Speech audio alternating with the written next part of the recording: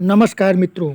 जैसा कि अब यूजी और पीजी की सेमेस्टर विषम सेमेस्टर की परीक्षाएं समाप्त हो चुकी हैं, अब बीएड प्रथम सेमेस्टर और थर्ड सेमेस्टर एमएड की परीक्षाएं शुरू होंगी। तो आइए हम लोग बीएड प्रथम सेमेस्टर के महत्वपूर्ण परीक्षा में संभावित प्रश्नों को देखें।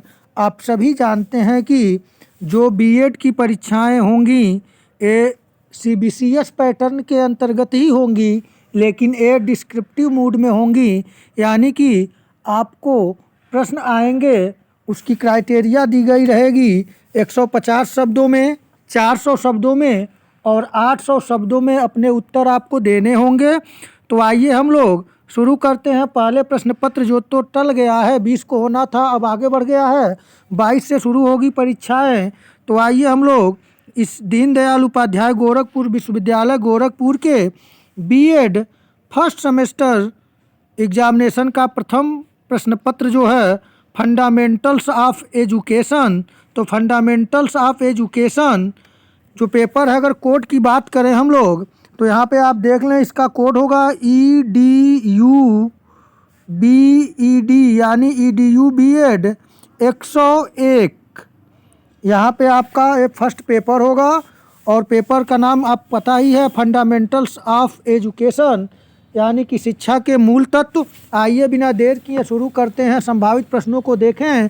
यदि आप चैनल पर नए हैं तो study bye vision sir channel को लाइक, शेयर और सब्सक्राइब करना न भूलें। तो मित्रों देखें, आपका फर्स्ट पेपर है। समय आपको दिया जाएगा वह 3 घंटे का समय रहेगा और अधिकतम अंक जो होगा वो 75 नंबर का होगा और जो 25 नंबर है उसमें से 20 नंबर आपके इंटरनल एग्जामिनेशन आंतरिक मूल्यांकन का और 5 नंबर आपके जो अटेंडेंस का है उस पे है।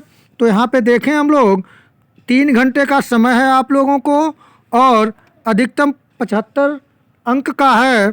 यहाँ पे देखें नोट है जो पिछले साल परीक्षाएं हुई हैं, सेम उसी के आधार पर मैं संभावित प्रश्न पत्र रखा हूँ।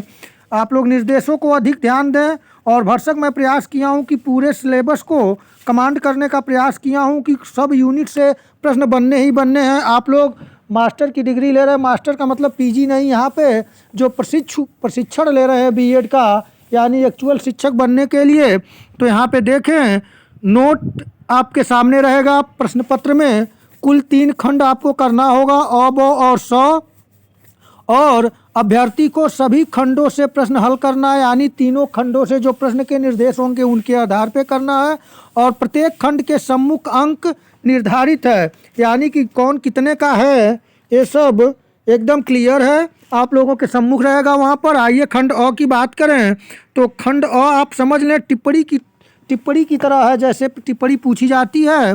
तो नोट सभी प्रश्नों के उत्तर दीजिए।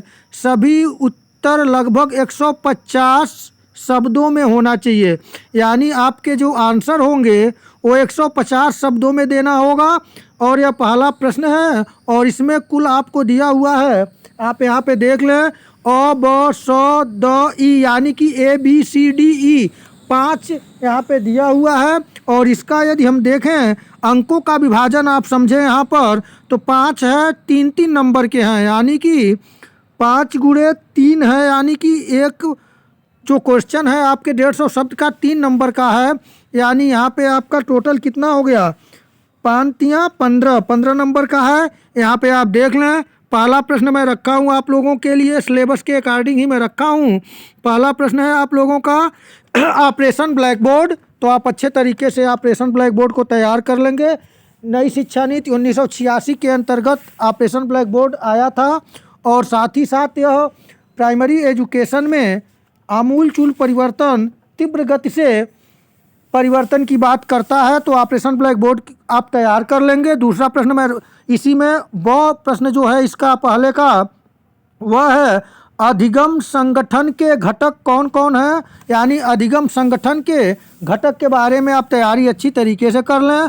और 100 पे रखा हूँ शिक्षा आयोग 1964-66 के उद्देश्य, यानी कि जो शिक्षा आयोग जिसे कोठारी आयोग के नाम से भी हम जानते हैं उसे आप तैयार कर लेंगे। अगला प्रश्न मैं इसमें रखा हूँ टिप्पणी में नवोदय विद्यालय। तो नवोदय विद्यालय आप सभी जानते हैं, इसे भी आप तैयार कर लेंगे। और अंतिम इसमें रखा हूँ 5वां प्रश्न इसमें ही है जो अनौपचारिक शिक्षा। तो शिक्षा के अभिकरण को आप अच्छे तरीके से तैयार कर लेंगे। तो टिप्पणी की बात हो गई, यानी कि ये 15 नंबर का है आपका 150 शब्दों में सारे के, मतलब एक एक जो है अ का आंसर आपको 150 शब्दों में, ब का आंसर 150 शब्दों में, और मतलब इसमें जो 5 है आपके अ ब स द ई, इसमें आपको प्रत्येक का 150 शब्दों में आंसर लिखना होगा। आइए अगले प्रश्न को देखें, खंड ब को देखें। खंड ब की बात करें तो आप देख लें, खंड ब में जो है यहाँ पे खंड ब में नोट आप देख लें, निर्देश जो है सभी प्रश्नों के उत्तर दीजिए। सभी उत्तर लगभग 400 शब्दों में होना चाहिए, यानी कि जो प्रश्न करेंगे उसका आंसर आपको 400 शब्दों में देना होगा। और अंकों की बात करें यहाँ पे हम, तो ये अंक होंगे आपके टोटल यहाँ पे आपके 2, 3, 4, 5, यानी कि 4 प्रश्न है और 5 नंबर का है। यानी यहाँ पे आप देखें तो 4 गुणे यहाँ पे आपका होगा 5, यानी कि 4 प्रश्न है 5 नंबर के, आप इसे देख लेंगे। आइए अगले इसमें देखें, मैं प्रश्न रखा हूँ जो दूसरे का अ प्रश्न है। सेम जो पिछले साल परीक्षा हुई है उसी के आधार पर मैं वीडियो बनाया हूँ। इसमें आप देखें दूसरे का अ में है कि शिक्षण अधिगम संगठन के निर्माण में प्रधानाचार्य की भूमिका का वर्णन कीजिए। आप इस प्रश्न को तैयार कर लेंगे अच्छे तरीके से, या अथवा करके, यानी या तो एक करें या ब, यानी कि 2 में आपके पास ऑप्शन है अ ब का, इसमें से एक ही आपको करना होगा, अ अथवा ब को। तो ब में मैं रखा हूँ शिक्षा के अर्थ को स्पष्ट करते हुए इसके कार्यों की विवेचना करिए। तो आप इसे इन दोनों प्रश्नों को तैयार कर लें, उससे ये होगा कि इस तरह से आपका पूरा सिलेबस आपका कमांड हो जाएगा और कहीं से भी बहुत ही कठिन पेपर कैसे भी बनेगा आप आसानी पूर्वक कर लेंगे। उसी तरह से तीसरा नंबर प्रश्न है आपके सामने। तीसरे में भी वही कंडीशन है अ और ब वाले। तो इसमें आप देख लें, अ में है उच्च शिक्षा के वर्तमान मुद्दे एवं चुनौतियों का वर्णन कीजिए, अथवा शिक्षक शिक्षा की प्रमुख समस्याएं क्या हैं उनके समाधान के उपाय बताइए।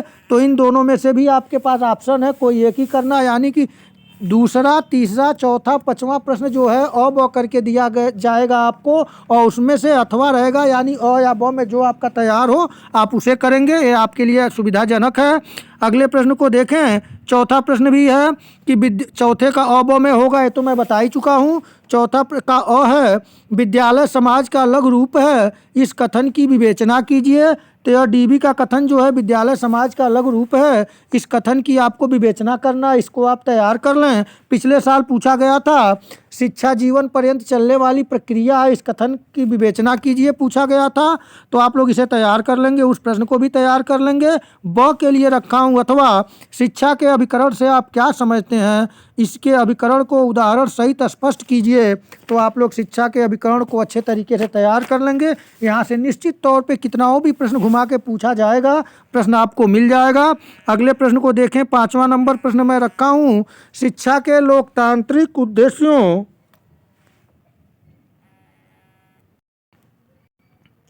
5वां प्रश्न आप लोगों के है, देखिए, शिक्षा के लोकतांत्रिक उद्देश्यों का उदाहरण सहित वर्णन कीजिए। यह 5वां प्रश्न है कि शिक्षा के लोकतांत्रिक उद्देश्यों का उदाहरण सहित वर्णन कीजिए, 5वें का ये है। और ब में मैं रखा हूँ आपका अपव्यय एवं अवरोधन से आप क्या समझते हैं। तो आप लोग इसे देख लेंगे, इन दोनों प्रश्नों को तैयार कर लेंगे, एकदम यूनिट वाइज मैं प्रश्न बनाया हूँ। अब देखें आप, ये तो खंड ब में आपके साथ ये सुविधा हो गई है कि आपका अ और ब करके दिया हुआ, अगर दूसरे का अ कर लेंगे तो ब करने की ज़रूरत नहीं है। इसी तरह तीसरे में भी है, चौथे में भी है और 5वें में भी है। अब आपका सेक्शन सी शुरू होता है, यानी खंड 100। सारे प्रश्न पत्र इसी तरह आपके होंगे, निश्चिंत रहिएगा। और मैं सारे प्रश्न पत्रों से संबंधित आपको संभावित एक प्रश्न पत्र दूंगा और आप उन टॉपिकों को तैयार करते रहिएगा। तो खंड 100 में है, नोट आप देख लें, निम्नलिखित में से किन्हीं 2 प्रश्नों के उत्तर दीजिए और प्रत्येक उत्तर लगभग 800 शब्दों में होने चाहिए। और यदि बात करें यहाँ नंबरों का, अगर आप इस पे बात करेंगे तो यहाँ पे आपके क्वेश्चन जो है 800 शब्दों के होंगे। और हमको लगता है इसका जो, अगर हम देखें जो प्रश्न पत्र होगा तो 75 की बात करें तो ये आपका हो गया 15 और ये हो गया आपका 20। 20 10 30 5 35 हो गए। 35 और 40 नंबर यानी 20-20 नंबर के प्रश्न इसमें के हैं, यानी दीर्घोत्तरी प्रश्न है। 800 शब्दों में करना है। इसमें 4 है, 4 में से किन्हीं 2 को आपको करना है और एक का उत्तर कम से कम 800 शब्दों में होना चाहिए। लगभग 800 शब्दों में है, आप अच्छे तरीके से तैयार कर लेंगे। इसमें छठा प्रश्न रखा हूँ, शिक्षण संस्था के रूप में राज्य के कार्यों का वर्णन कीजिए। यानी कि शिक्षण संस्था के रूप में राज्य के क्या कार्य है, इसको आपको वर्णन करना है, तो आप लोग इसे तैयार कर लेंगे अच्छे तरीके से। सातवां प्रश्न मैं रखा हूँ, सामाजिक जीवन के लिए शिक्षा के कार्यों एवं महत्व की विवेचना कीजिए। तो आप इसे भी तैयार कर लेंगे कि सामाजिक जीवन के लिए शिक्षा के क्या कार्य है और उसके महत्व क्या क्या है, आपको विवेचना करना है।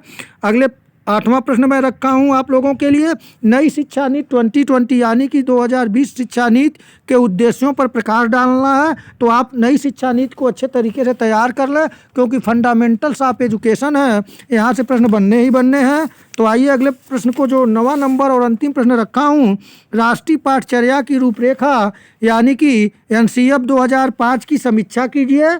तो आप जानते ही हैं कि राष्ट्रीय पाठचर्या की रूपरेखा यानी NCF 2005 के आधार पर ही NCERT बेस्ड सारे कार्य हो रहे हैं। तो आप इसे अच्छे तरीके से तैयार कर लेंगे और इसमें से हमें लगता है कि आपके सारे प्रश्न मिल जाने चाहिए। मैं ये नहीं कहता कि डायरेक्ट यही प्रश्न पूछे जाएंगे, लेकिन आपके पूरा एक बार आपको जगाने का प्रयास किया हूँ कि आप लोग अपने टॉपिक को अच्छे तरीके से तैयार करें, आपका पेपर अच्छा हो, इसी शुभकामनाओं के साथ। और आप लोग अपने नेक्स्ट पेपर की भी तैयारी करेंगे, उसको भी मैं जल्द से जल्द अन्य पेपर प्रश्न पत्रों के संभावित प्रश्न मैं आपको प्रोवाइड कराऊंगा। तो मित्रों, आप लोग अपनी तैयारी अच्छे तरीके से करें और अच्छे अंकों से उत्तीर्ण हो, अपने जो लक्ष्य है उसको प्राप्त करें। इसी शुभकामनाओं के साथ नमस्कार।